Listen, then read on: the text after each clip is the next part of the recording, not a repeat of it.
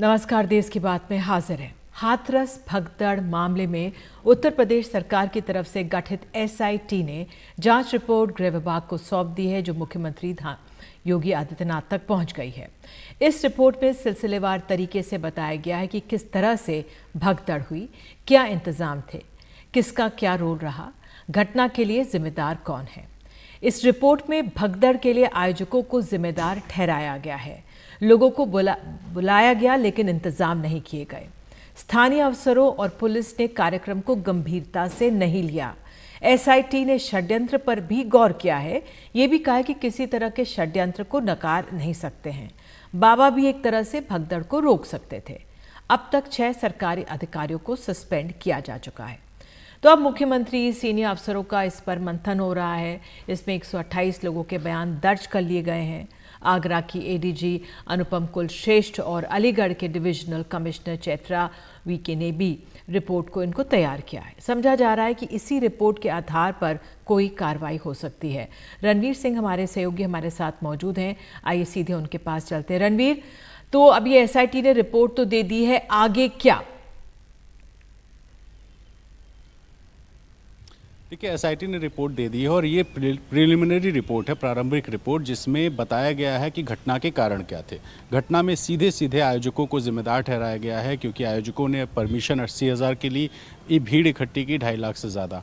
आयोजकों ने वहाँ पर जो कैंपस के अंदर जहाँ सत्संग हो रहा था वहाँ पुलिस वालों को जाने नहीं दिया, पुलिस वालों के साथ दुर्व्यवहार किया और आयोजकों ने भीड़ को मैनेज करने के कोई इंतज़ाम नहीं किए थे। इस वजह से पहली जिम्मेदारी आयोजकों की है। अब बात आती है स्थानीय प्रशासन की। स्थानीय प्रशासन में एसडीएम ने परमिशन दी, लेकिन एसडीएम ने साइट पर बिना गए ये परमिशन दे दी कि ठीक है, आप आयोजन कर सकते हैं। तो एसडीएम से लेकर के जो पुलिसकर्मी थे उन सबकी एक लापरवाही की बात एसआईटी ने अपनी रिपोर्ट में कही है और इस रिपोर्ट को जब मुख्यमंत्री को सौंप दिया गया है तो अब पहले तो ये कि जो जो जिम्मेदार है इस पूरे मामले में उनमें कार्रवाई होगी। इनिशियली 6 लोगों पर कार्रवाई हुई है, जिसमें एसडीएम, तहसीलदार, सीओ, एसएचओ और 2 पुलिसकर्मी, और ये 6 ऐसे लोग हैं जिन पर सस्पेंड करके कार्रवाई की गई है। लेकिन माना यह जा रहा है कि मुख्यमंत्री अब इस रिपोर्ट को जब अध्ययन करेंगे उसके बाद अधिकारियों से बातचीत करके कुछ और ऐसे जो अधिकारी होंगे, जो पुलिसकर्मी हो या प्रशासनिक अधिकारी हों, उन पर कार्रवाई होगी। और साथ ही माना जा रहा है कि कुछ इस तरह के आयोजनों को लेकर के कुछ नियम भी बन सकते हैं कि किस तरीके से परमिशन जो है वो परमिशन ली जाए, परमिशन देने के क्या नियम कायदे कानून हो। तो इस तरह पर भी विचार हो सकता है। लेकिन फिलहाल ये रिपोर्ट मुख्यमंत्री के पास है और इस रिपोर्ट को अध्ययन करने के बाद कुछ बड़ी कार्रवाई हो सकती है। हालांकि मैंने पहले भी कहा, प्रारंभिक रिपोर्ट है, यानी कि 2 अधिकारी एडीजी आगरा और अलीगढ़ इन्होंने दी थी। इसके बाद जुडिशियल इंक्वायरी, जो जुडिशियल कमीशन की जो रिपोर्ट होगी उसमें पूरी विस्तृत तौर पर इस पूरी घटना की जानकारी दी जाएगी। जी रणवीर, धन्यवाद इस जानकारी के लिए आपका, और इसको और गहराई से और समझने के लिए कि आगे का रुख क्या हो सकता है इस मामले में। AK जैन, पूर्व डीजीपी उत्तर प्रदेश, हमारे साथ हैं। धन्यवाद सर जुड़ने के लिए। सर, आगे आप किस तरह से देख रहे हैं? रणवीर बता रहे थे प्रिलिमिनरी रिपोर्ट है, लेकिन लोग अब इस मामले में कुछ कार्य आदेश जारी अगर राज्य सरकार करे होता हुआ देखना चाहते हैं कि कुछ कार्रवाई हो एक तरह से। किस तरह की आगे की राह आप देख रहे हैं, क्योंकि ये रिपोर्ट कहती है कि जो आयोजक थे वो जिम्मेदार थे। देखिए, मैं 2-3 जो भ्रांतियां हो रही हैं उनको स्पष्ट करना चाहता हूं। नंबर 1, ये इंक्वायरी रिपोर्ट है, ये इन्वेस्टिगेशन की रिपोर्ट नहीं है। ये 2 मेंबर कमीशन की इंक्वायरी रिपोर्ट है जो उन्होंने सबमिट की है, जिसके आधार पर 6 लोगों का सस्पेंशन हुआ है, जो एक आधार बन सकता है तफ्तीश का। तफ्तीश जो हो रही है वो सीओ कोतवाली हाथरस कर रहे हैं, राम प्रवेश राय, और उनकी मदद कर रहे हैं 3-4 सब इंस्पेक्टर्स और इंस्पेक्टर्स। वो सहायक विवेचक हैं, तफ्तीश वो कर रहे हैं, वो गिरफ्तारियां कर रहे हैं सेवादारों की।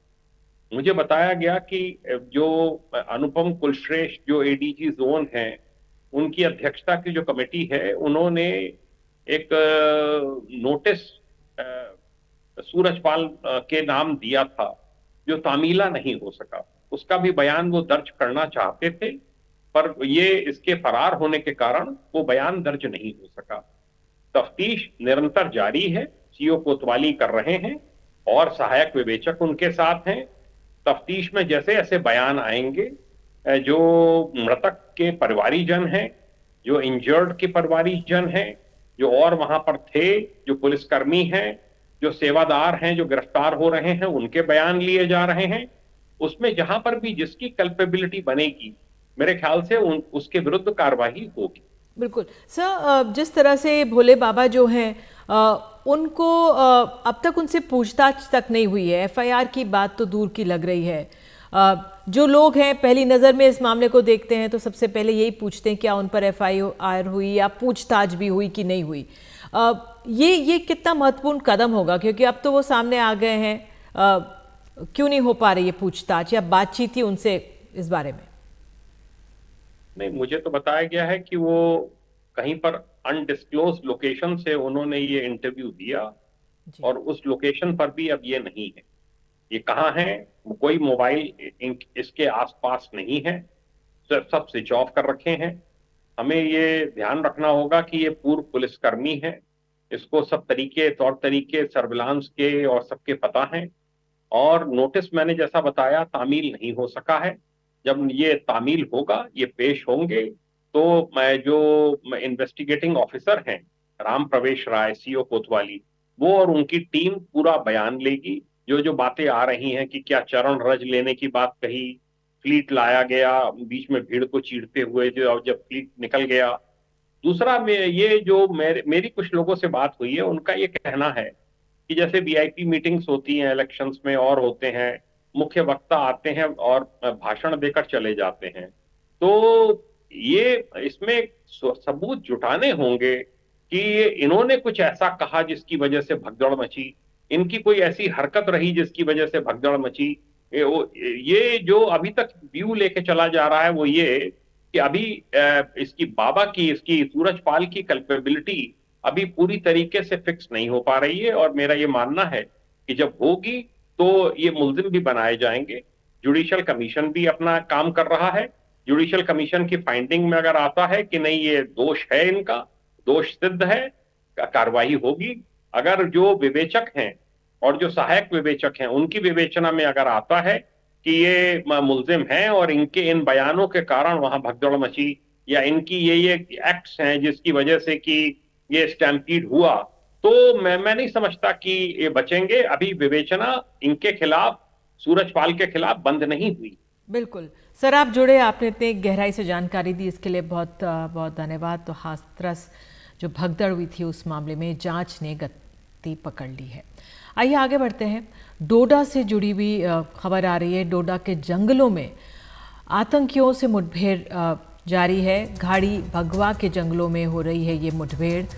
आज फिर इस तरह से खबर आई है, कल कठुआ से खबर आई थी और आज डोडा के जंगलों से खबर आ रही है किस तरह से यहाँ पर मुठभेड़ चल रही है। राजीव रंजन हमारे साथ मौजूद है। राजीव, इस मुठभेड़ के बारे में क्या डिटेल्स मिल पा रही हैं? देखिए, अभी तक जो जानकारी मिल पा रही है, डोडा के जंगलों में जो इलाका है वहां पर इनकाउंटर एस्टेब्लिश हो गया है। इनकाउंटर चल रहा है सुरक्षा बलों और आतंकियों के बीच में। जो जानकारी मिल पा रही है 2 से 3 आतंकी हो सकते हैं यहाँ पर। और आपको बता दें कि जहां पर कल जिस अटैक हुआ था सेना के वाहन से, उस जगह से अगर बात करें तो तकरीबन 100 से 150 किलोमीटर का फासला है। ये वो ग्रुप है आतंकियों का या दूसरा ग्रुप है, इस बारे में भी कोई जानकारी नहीं मिल पाई है। लेकिन बहुत ज्यादा दूर नहीं है। अगर वहां से अगर गाड़ी से अगर भागे हैं तो इस जगह पर पहुंच सकते हैं। मतलब कठुआ का जो बिलावल जो इलाका है वहां से डोडा का जो इलाका है पहुंच सकते हैं 100 से 150 किलोमीटर के डिस्टेंस अगर गाड़ी से वहां से भागे होंगे तो। जंगलों से अगर आना चाहें पैदल तो आना मुश्किल है, एक रात्रि तक सफर करना। लेकिन इससे ये साफ है कि आतंकी जो है अब पूरा फोकस जो है कश्मीर के बजाय जम्मू रीजन में कर लिए हैं। और जम्मू फिर से जो आतंकी जो दलाने वाली जो घटनाएं अंजाम दे रहे हैं, कभी पुंछ में हो रहा है, बर्दाश्त हो रहा है, मंजाकोट में हो रहा है, कठुआ में हो रहा है और अब डोडा में इनकाउंटर शुरू हो गया है। तो लगातार इस तरह की घटनाएं बढ़ रही हैं और इस तरह की चिंता वाली बात है कि आतंकी जो है कश्मीर के बजाय जम्मू पर पूरा फोकस कर रहे हैं। बिल्कुल, धन्यवाद इस जानकारी के लिए। नज़र बनाए रखे तो डोडा में इस समय मुठभेड़ चल रही है आतंकवादियों के साथ और ये इलाका कठुआ से, जहां पर कल जिस तरह से मुठभेड़ हुई थी, 100 किलोमीटर की दूरी पर ही है। उधर आज देहरादून में कठुआ के 5 शहीदों को अंतिम विदाई दी गई। उत्तराखंड से थे ये 5 कठुआ के शहीद। सभी को राजधानी देहरादून में अंतिम विदाई दी गई है। राइफलमैन आदर्श नेगी नायब सूबेदार आनंद सिंह, हवलदार कमल सिंह, नायक विनोद सिंह, राइफलमैन अनुज नेगी, राज्य सरकार के साथ शहीदों के परिवारजन भी इस समारोह में मौजूद रहे।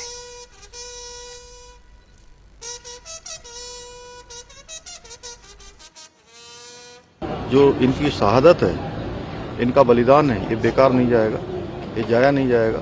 देश इसका जवाब देगा, आतंकवाद का खात्मा होगा। इस दुख की घड़ी में उनके परिवारजनों के साथ आज पूरा देश और पूरा प्रदेश उनके साथ खड़ा है और हर संभव हम उनके मान सम्मान के लिए, उनका नाम हमेशा स्मरण में रहे। हम अपनी सरकार पहले से भी ये काम करती रही है और निकट भविष्य में भी करेंगे। हर प्रकार से आने वाली पीढ़ियों के स्मरण में इन सभी हमारे वीर बांकुरों का नाम अंकित होगा। और इस आतंकी हमले के बाद रक्षा मंत्री राजनाथ सिंह ने भी दुख जताते हुए शहीद जवानों के परिवारों के प्रति संवेदना जताई। उन्होंने सोशल मीडिया पर लिखा कि जम्मू कश्मीर के कठुआ के बदनोटा में हुए आतंकी हमले में 5 बहादुर भारतीय सैनिकों की मौत से मुझे गहरा दुख हुआ है। शोक संतप्त परिवार के प्रति मेरी गहरी संवेदनाएं। इस कठिन समय में देश उनके साथ मजबूती से खड़ा है। आतंकवाद विरोधी अभियान चल रहे हैं और हमारे सैनिक क्षेत्र में शांति और व्यवस्था कायम करने के लिए प्रतिबद्ध हैं। मैं इस आतंकी हमले में घायल सैनिकों के जल्द स्वस्थ होने की कामना करता हूं। और आतंकवाद का मसला प्रधानमंत्री की रूस यात्रा में भी एक तरह से छाया रहा। प्रधानमंत्री मोदी की रूसी राष्ट्रपति व्लादिमीर पुतिन के साथ आज वार्ता हुई। प्रधानमंत्री मोदी ने पुतिन से बातचीत में आतंकवाद की समस्या का जिक्र किया। उन्होंने दुनिया भर में फैले आतंकवाद की निंदा की। प्रधानमंत्री ने रूस यूक्रेन युद्ध की बात करते हुए कहा कि बम और बंदूकों से समस्या का समाधान नहीं मिलता, इसके लिए बातचीत के रास्ते पर आना होता है। दुनिया के अनेक देशों के नागरिकों को पिछले 40-50 साल से भारत आतंकवाद को झेल रहा है। आतंकवाद कितना भयानक होता है, कितना घिनौना होता है, वो हम 40 साल से भुगत रहे हैं। ऐसे में जब मॉस्को में आतंकवादी घटनाएं घटी, दागिस्तान में आतंकवाद की घटनाएं घटी, उसका दर्द कितना गहरा होगा इसकी मैं कल्पना करता हूं और मैं हर प्रकार के आतंकवाद की घोर निंदा करता हूं। उधर लोकसभा में नेता प्रतिपक्ष राहुल गांधी आज रायबरेली पहुंचे हुए हैं। उन्होंने किसान गोलीकांड शहीद स्मारक पर पहुंचकर शहीद किसानों को श्रद्धांजलि दी। उन्होंने शहीद स्मारक पर जाकर वृक्षारोपण किया। राहुल गांधी ने समाज के कई तबकों से मुलाकात की, हनुमान मंदिर गए, एम्स का भी दौरा किया।